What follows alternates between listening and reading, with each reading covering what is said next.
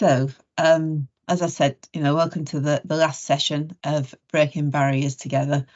And we are today going to be looking at some things that have been brought to our attention by some of the members that come to some of our voice groups. We have been creating this series of workshops over the past few months, and they're all informed by what we hear from local people. And as you will all know, when you are meeting with somebody who's autistic, I'm sure they will tell you that things aren't as good as they could be. So we've been looking at what are the problems and what is stopping people from accessing some of the healthcare services. All these things that we are doing are going to be kept online. And there's going to be a toolkit on the Autism Bedfordshire website for professionals to go back to. And any more information that we get, we will be adding to that beyond what the project is. Today, we are going to be looking at some of these appointment letters, which is where the discussion points will be coming in, so that we can see what they are like now, how they could be different, and if it's possible within your teams, whether that is something that can be looked at. So today it is looking at barriers to attendance for health checks, and health checks can be anything, and it depends on the person what their healthcare need is, what they need to come forward for. If you're not working in a team that sort of meets this, some of the stuff that you'll hear about today can still be relevant, because it's where you are meeting with an autistic patient, what the differences could be of the needs that you need to put into place and what reasonable adjustments might be needed for that. So please do use the chat feature as we are going through what I'm talking about, and really do raise things that some of your colleagues can maybe answer, or share some good practice that you've got by doing that. If there are questions coming in, we will look at them at the end of the session. But as I said, today is going to be slightly different, that we are going to have this interactive bit during the middle of it.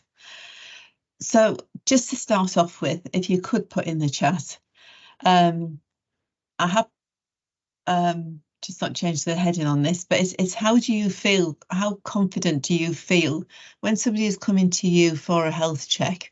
How confident do you feel about meeting with that person? And this is no slight on you whatsoever. We would like honesty, because we do know from some people that they just find it a bit reticent maybe to be dealing with somebody who's autistic, just because they don't understand the needs that are there and knowing how to react and interact with that person. So if you could just think of 3 separate words that you could use to describe how you are feeling now, and just put them in the chat. Thank you. So just in case anybody wasn't at the last meeting, I'm just going to share the next 2 slides, which you will have seen if you were at the last one. But these stats that came out last year are the reason why we are starting to look at this sort of stuff and look to see what barriers are there and what can be taken down, what are causing those barriers. And when you see those percentages, you can see that some work needs to be done in these areas. And also just to show you, because I'm sure some of you are seeing more patients coming through who are autistic. Again, this is from last year. These are the figures of how they have really sort of shot up within the last probably 9 years. I think if you're looking at that from around 2015, it's just like a cliff edge going up over. That data was broken down into age ranges, and there are an awful lot of those are children, but the numbers in adults have gone up as well. And obviously all children are going to become adults, so there are going to be more and more people coming through to adult care. So that is another good reason for looking at what these barriers are and try and take as many away. Sorry, I've just seen Karen's message on there. To take away as many barriers as possible and understand what those are. So that as this increase in numbers of people who have been diagnosed with autism, that increase in statistics does not follow, and that we actually start to see a decrease in those. So we're going to start off at looking at a breast cancer screening appointment. And this is one of our ladies, and I probably shared this on the last meeting as well, but there is a reason for sharing it again. So this is a lady who comes to one of our voice groups, and this is her talking about maybe going on a breast cancer screening appointment. The reason for showing it today is that she actually went, and so we've got another recording of her afterwards about her experiences. So I'm just going to play this now, and hopefully you can hear it. Karen, we can probably send you the links to these videos so that you can watch them later if you're not able to hear them.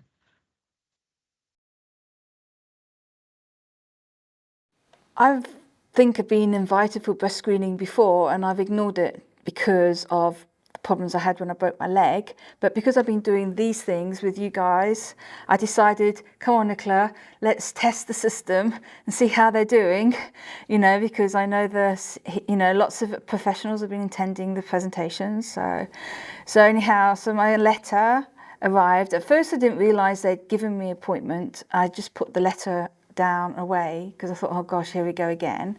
But then I looked at the letter and noticed they'd actually given me a date and a time to attend, and I couldn't make it because I had something else on that week that was very stressful, and there's no way I could do two stressful things in a week. Then so they got a telephone number, so I thought, oh, I'll just quickly phone up and ask for a new appointment. I phone, absolutely no answer, and I get really stressed on the phone. So I'm not someone that can easily wait for 20, 30 minutes, 5 minutes, and my stress levels are high. So I'm like, put the phone down. And they says, okay, you can go on the website. I'm like, great, I actually prefer the website. So I go on the website, find the appointment place, and the location for my screening is not there. So I'm like, okay. Then there was an email address. So I'm like, okay, I'll email them. And then I didn't hear anything from them for a couple of weeks, I think. And then they email me and says, oh, we've cancelled your appointment. Can we have your telephone number because we haven't got it? And I'm like, how can they not have my telephone number? Because I mean, obviously in the system, they must have access to my medical records. So that stresses me. So I'm like, send them back. So I was actually in my email when the email came through. And so I replied instantly, oh yeah, that's fine. Here's my telephone number. I then expected them to ring me straight back. But then it was another 2 weeks before I heard from them again. And I'm just like, so each time there's what I call like a hurdle. It makes it harder and harder. I think you use the word to trust that the system's going to work. And I'm like, oh, but they have now phoned me back and I have an appointment. And while she was on the phone, she was like, oh, I've got this time for you. And I'm going, okay, I'll take that. And then she said, oh no, it's gone. Someone else has just taken that. And then it took us 3 attempts to get an appointment time. I've got a 9 o'clock appointment, which is, it's okay. Like she said, well, it's the first thing. There will be, you know, you'll go straight in, you'll be the first person. But actually it's a really difficult time to get anywhere at 9 o'clock because of the school traffic and stuff. But I've taken it and I'm going to walk there and then see how it goes. So that was her experience. And before we find out how it went, I just thought this was a good time to start looking at appointment letters, because when we've had some of these work groups, it has come up quite a few times about the differences of when you get a letter sent to you, some of the difficulties that are within that. And Nicola, she also found some difficulties with the letter that she got to start off with. Yeah, I'm going to go through them and we'll go back through them all again. So this was on the back of that letter. So this is a cardiology appointment. So on the back, there's all about the monitor. And I just see that and just see so much information. And I'm glad you picked up on the typeface, because that is quite difficult to read when there's not that much information on. But then when you get to that is so much harder to read, isn't it, when it's all on top of each other. And I can understand that people wanting to put things on, an A4 sheet of paper, it's on just those two sides. But that is an awful lot to put together. So I'm just going to go back up to this first one. So this one, so it's got the appointment, and that is definitely better set out in the second letter, isn't it? It's got where it is. It's Tavistock Day Case Ward. So this is at Bedford Hospital. So I actually went and had a look on the website for Bedford Hospital to find where this day case ward is. And it shows it quite clearly. It tells you what number it is on the map. It shows the map identified until you get to the hospital, and you cannot see any signage whatsoever for the Tavistock Day Case Ward. That definitely needs a map to show where you need to go. Sorry, excuse me.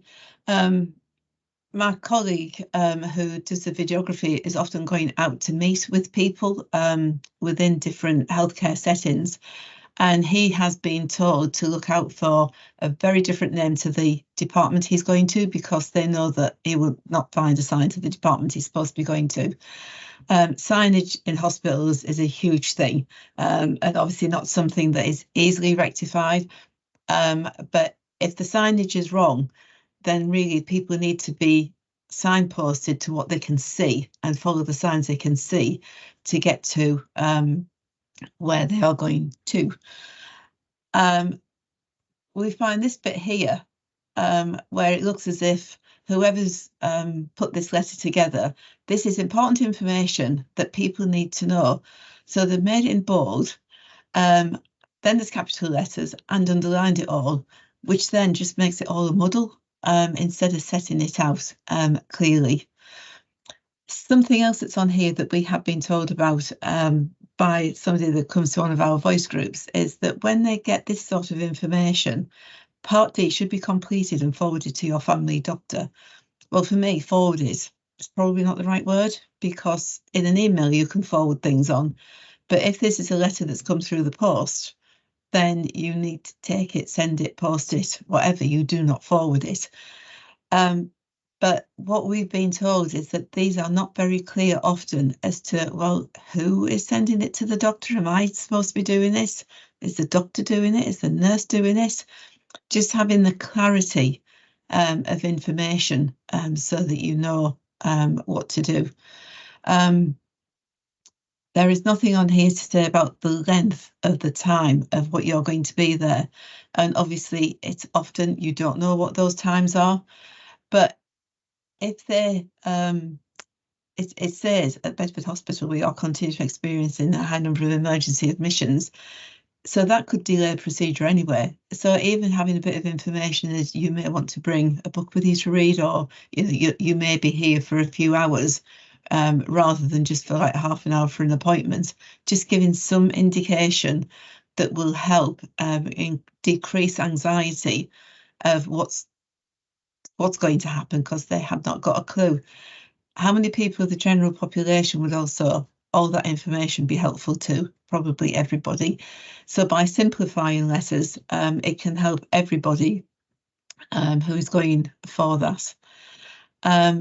On this one, I think because it is set out a lot clearer, there isn't a lot of information together. There's a lot of spacing between the paragraphs, which helps.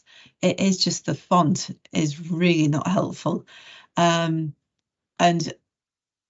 we know the NHS tend to use Arial, and Arial is a pretty good font for somebody who is autistic. It is having that, as you said, the curliness taken away, so that it's a lot clearer to read. And it also, you need to be thinking of people who have got problems with eyesight and things, where it's having that clearer writing is a lot better for an awful lot of people. And with this, it just needs breaking up. Obviously in the right font, But if there is too much information, then maybe you do need 2 pieces of paper to put it all on. So it is thinking of how do you make it clearer for people who cannot process too much information in one go? How can you break that out a little bit more? And if you do have to use more paper, you have to use more paper. It's better that somebody understands what is being said than just ignores it because they just cannot read it. So it's just been a bit more careful, really. And I know that is easier said than done, and that a lot of appointment letters come out from a central body. But if there's anything that you can do with the people that you are meeting with, then just try to do your bit with it. So we're now going to listen to Nick telling us about how she got on when she actually did go for her appointment. I stopped accessing NHS services about 6 years ago because I broke my leg, and when I was hospitalised, the staff didn't believe that I was autistic, and then therefore they wouldn't give any reasonable adjustments, which meant I got incredibly overwhelmed and distressed very quickly, and I couldn't cope, so I was having regular meltdowns. And the whole situation humiliated me, and so I lost trust in the NHS.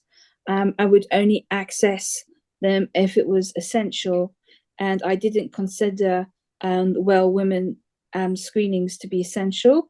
I changed my mind whilst I've been doing this Breaking Barriers Together project, because it increased my confidence that things are changing. Heather's feedback on how many professionals are attending their sessions really encouraged me that things could change, and so for that reason I decided to give it a go. And I also like the idea that I could check to see if the services were improving, if people were listening to what Heather and her team were saying to them. So for my appointment for breast screening, I received a letter initially with an appointment time and date, which I couldn't make. So I actually tried ringing first because I thought it'd be quicker, but there was no answering machine and no one answered the phone. So then I tried the website, and I can't remember if that email, there was an email address on the website, and so I emailed it, but there was also a booking system on there, but the place where I need to go for breast screening wasn't on the website, so I couldn't rebook the appointment. And even though I sent an email, no one got back to me for ages, and because of that I was like, oh, I'm not going to go then, because I thought, oh, here we go again, things are but still the same and I'm not going to. But then someone rang me and they gave me an appointment, though they had to do 2 or 3 appointments because every time we agreed appointment times, someone took it. So that was quite strange. So we finally agreed on an appointment for 9 o'clock in the morning at I don't know what's called, around Bedford Health Centre on Kimbolton Road. So for me to get to the appointment, it was a 9 o'clock appointment. I agreed that because the lady encouraged me, saying I'd be the first one in, which I thought was a good idea. Because it was 9 o'clock though, I had to get a taxi, which meant I had to order a taxi early, because otherwise you get caught up in school hours and it's really hard to get a taxi. So I got there for about 20 to 9. Obviously it wasn't open, so I had to stand outside waiting, which was fine because it was a cold, crisp day and not wet. So if it'd been raining, that would probably been a whole different matter, that there was no shelter. Because actually getting wet actually is a sensory issue for me. And also that was the other thing, is Heather actually told me where it was, because there was no directions on the letter. There was no indication where it was. It was just at the health centre in Kimbolton Road. So I'm really grateful that she sent me a picture, because I could clearly see where it was. So yeah, you had these massive porta cabins with really steep steps, which I thought was quite strange given age group. But that's not an autistic issue, because, you know, but actually, if I couldn't have got up those stairs, I would have had to go to Luton, I think, which has an accessible thing. And actually, I probably wouldn't have gone, because I can't travel. I very rarely leave Bedford. So anyhow, I get upstairs. Once they open, I'm the first person in. So I'm the first person in, which made it a lot easier. I didn't have to sit in the waiting room, which was a good thing, because I noticed that there was a radio playing, and it was really tiny waiting room. I find it really difficult to just sit still. I usually need to pace around. Anyhow, the lady got me in. She was very good. She obviously had to get her partially undressed, and then she did the screening. I mean, the only thing I would say, I mean, she talked really fast. I think her whole idea was that she'd get me through the screening as quickly as possible. But actually, for myself, if someone talks fast, I get overwhelmed. But luckily, the screening's not for very long. So I left. Well, she gave me a leaflet, and I left. And then I received a letter a few weeks saying that it was all clear. Yeah, I would go again. It was okay.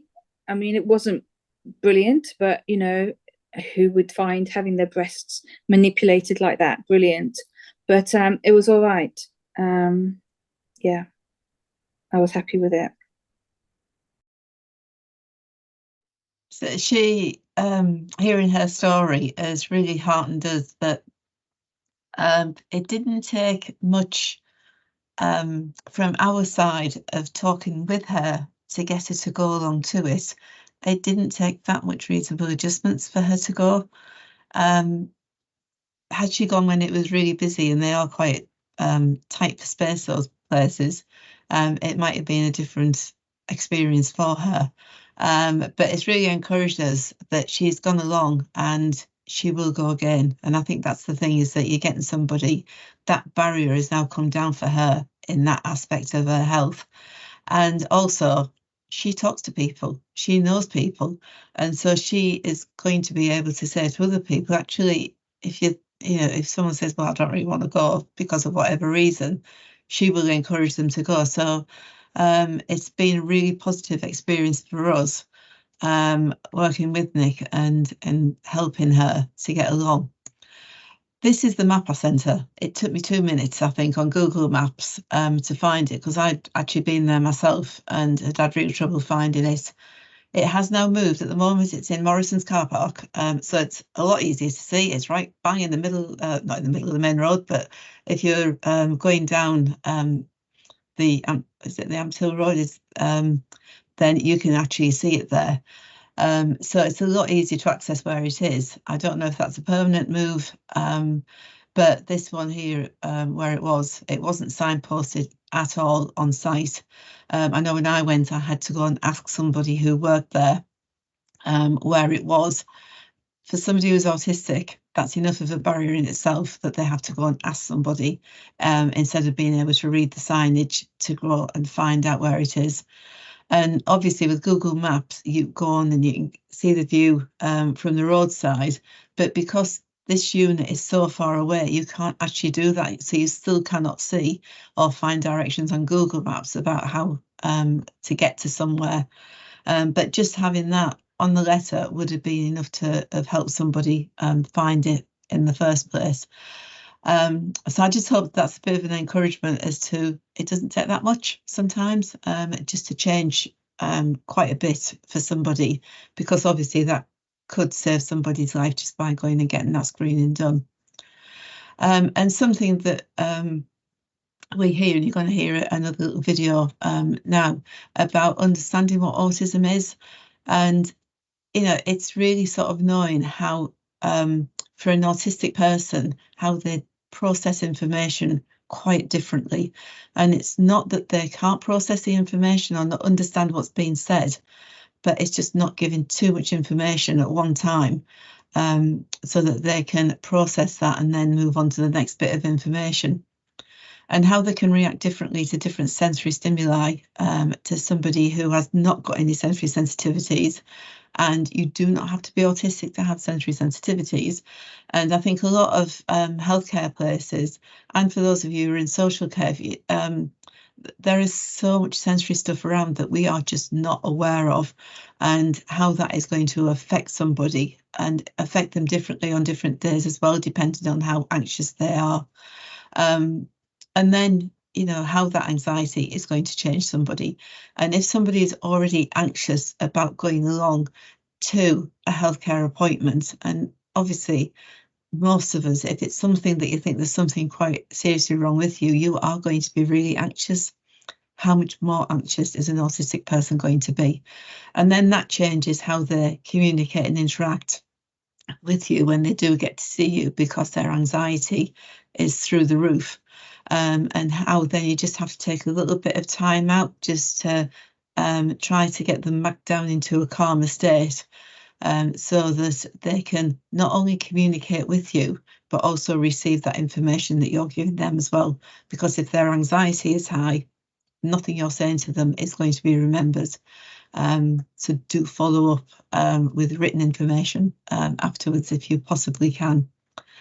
So we're now just going to listen to a couple of people talking about their experiences of people just not understanding them.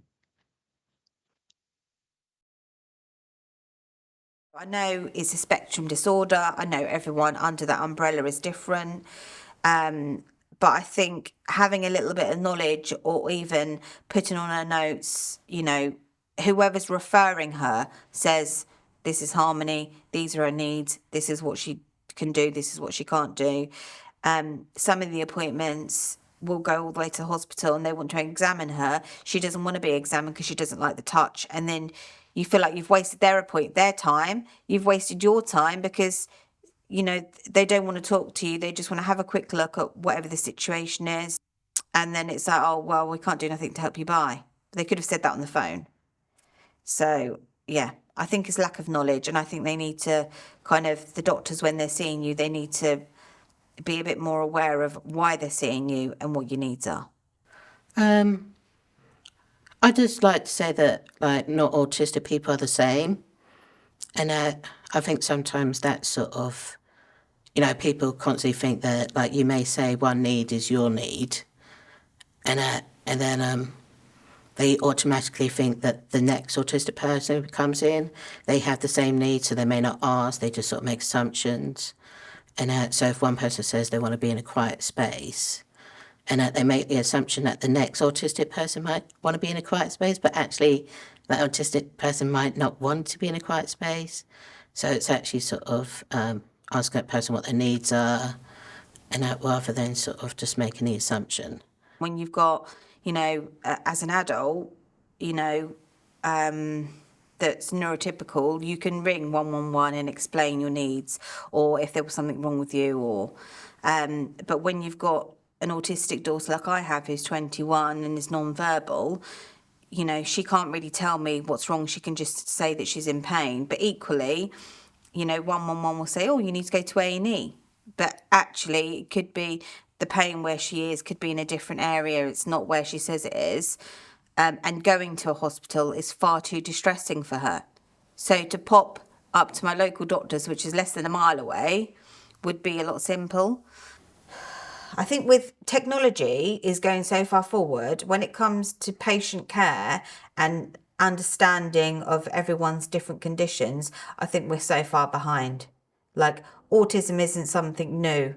You know, it's been going around for years, and yet we still don't cater for people that are autistic. Just like we don't cater for people that are disabled. You know, hospitals are getting better now, but in terms of autism and needs, yeah, they need to come a long way.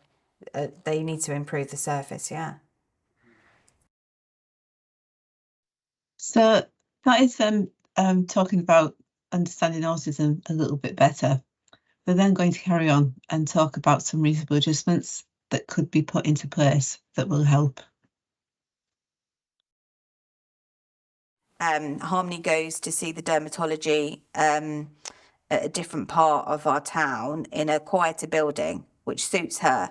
But I know some of the specialists only work from the hospital, so they want her to go to the hospital. But actually, when I say, look, that doesn't suit us, she's calmer here, can we just stay here? Then it's like, oh, well, you're going to have to, we'll change another member of our team. So Harmony being autistic as well, she doesn't deal with change very well. So she'll get used to one person, but then, you know, when it doesn't suit them, all of a sudden they'll just change to someone else, and then she gets distressed because she's meeting someone that she doesn't know. I mean, I'll be honest, last time I went to Bedford Hospital, my mum asked if there was somewhere quieter we could sit, and they said it was all right for me to go and sit in a quieter hallway and they'd come and get us. But then I've had another experience where I went to A&E and they didn't give us that accommodation. They just told me to sit with everyone else. But luckily, I had a very severe kidney infection, so I was not really aware of my surroundings at the time. But normally, that would have caused me a lot of distress. I think the main two things that we find difficult are blood tests. So when she's having a blood test, a lot of the phlebotomists won't even touch Harmony because she's autistic. I think they're worried that she's going to pull a needle out or something like that.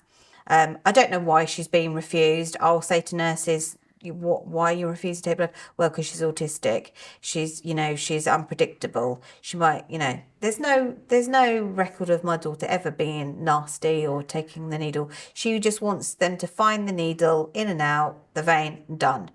Again, a lot of them will do things like, again, lack of knowledge. They'll slap them and smack them. My daughter don't like being touched. You smacking her is the worst thing out, because then she goes fight and flight and she just wants to get out. And then nothing is achieved.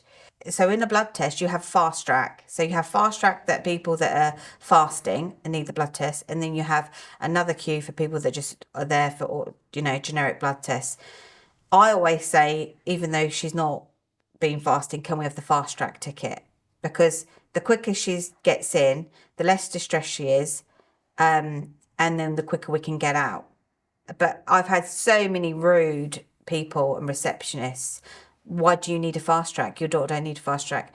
Because my daughter's got additional needs. They don't realise that by the time she sits in that chair, when that phlebotomist, that poor lady, is going to put the needle in her arm, not only does my daughter not like being touched, but the sensory of the band going around her arm and the sensings, and then she's got all the chairs around her with other people having blood taken from her. It's so overwhelmed. She's fainted in phlebotomist before in the chair. She's got extremely upset. But if they'd have just fast-tracked her, like everyone else, she'd have been in and out within 10 minutes. But because they have to sit and wait, and she's in a queue of 30 people, you know, again, they don't understand, you know. So I think definitely blood tests and things could be made a lot easier for autistic people. When it comes to vulnerable adults, this isn't a choice. It's not a choice for my daughter. She was born like that. It's not she's being awkward. If she needs to see support and she needs to go to the hospital, then I think there should be, they should cater for their needs, basically, and give us a choice. I think it is just understanding more about reasonable adjustments, I think. And sort of and then sort of doing those reasonable adjustments, and some of those reasonable adjustments can be really small and sort of make a difference in appointments. You know, like taking down a ticking clock. Let's say that's a small reasonable adjustment, but that means that in an appointment, you know, that means that that appointment goes forward, and somebody could stay in that appointment for half an hour, let's say, and but yeah, it's just sort of understanding what reasonable adjustments are and taking the time to ask people what their needs are, and so what their needs are, what reasonable adjustments can be made. And so, like in hospitals, having side rooms, that's a reasonable adjustment for somebody. Yeah. And yeah, you know, it's all these little things, and yeah, I think that's what can make a difference. And yeah. Yeah, I agree. And I think, you know, like you said, if they make those reasonable adjustments, which I don't think are big, you know, are there's not too much to ask, you know, then vulnerable adults, you know, can access the system which they're entitled to. Everyone's entitled to have healthcare. So, what I'd just like you to think about now, and maybe just put in the chat, can you think of anything that you could maybe do differently, having listened to them talking about anything that you could do differently in the area that you're working in? If you want to say it verbally, then please do. But if you could put it in the chat. But if you would like to share it, say it verbally, then please do that way. Yeah. So I like that comment, ask what reasonable adjustments would help. Everybody has got different reasonable adjustments. Some people may not know what reasonable adjustment means because it's terminology that we all use. They just know that they need things done differently. And I think if you see somebody reacting, then it's usually sort of, is there anything I can do to help that will make it better? Yeah, and I think those of you in social care, it's making sure that if somebody has got any support workers working with people, that they really do know what those reasonable adjustments are and that they are recorded somewhere. And I think if anybody's doing any care needs assessments and going to visit, it's making sure that it's in the file for the next social worker that's going to be going along. But if you come across some reasonable adjustments that are needed, like that, you know, you have to be there on time, things that you maybe do not wear when you're going to that appointment, things that you need to be aware of around that person at the appointment, really helps to make those meetings go a lot smoother and that you get a lot more information from people. Yeah, that's great. And autism training should be mandatory. Yeah, very definitely. I mean, the Oliver McGowan training is now being rolled out. So please do make sure that you get on that. But it's the thing, you know, how can you do your job properly if you don't understand the needs of the person that you are going to be working with? It makes it really difficult for everybody concerned. And if you've got somebody who's really anxious because things aren't put into place, you have to deal with that person. You're not going to be able to deal with them in the same way that you want to.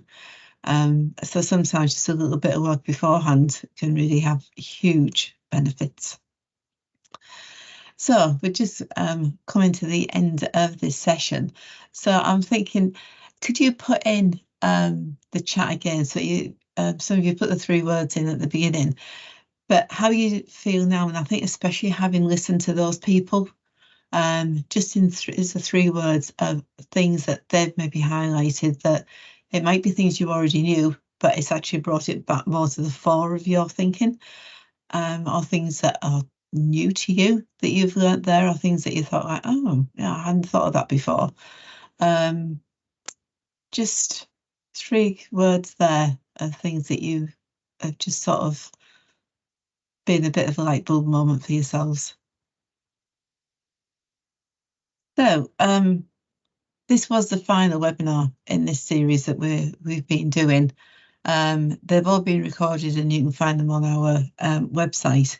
We also have some other webinars on there from work that we do on Hear Me, See Me, that is run across the east of England that you can find. And soon you will be seeing some information coming up of some access videos that we've been working on to help people understand more about when they're going for an appointment, what to expect at an appointment.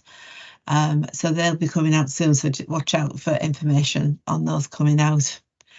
But thank you so much for being with us today. If anyone's got any questions, please do say, either in the chat or in person. If you would like to leave, you are free to leave, and thank you for being with us. But if you want to stay on and ask questions when no one else is here, then please do that as well. But thank you so much, and thanks for being with us.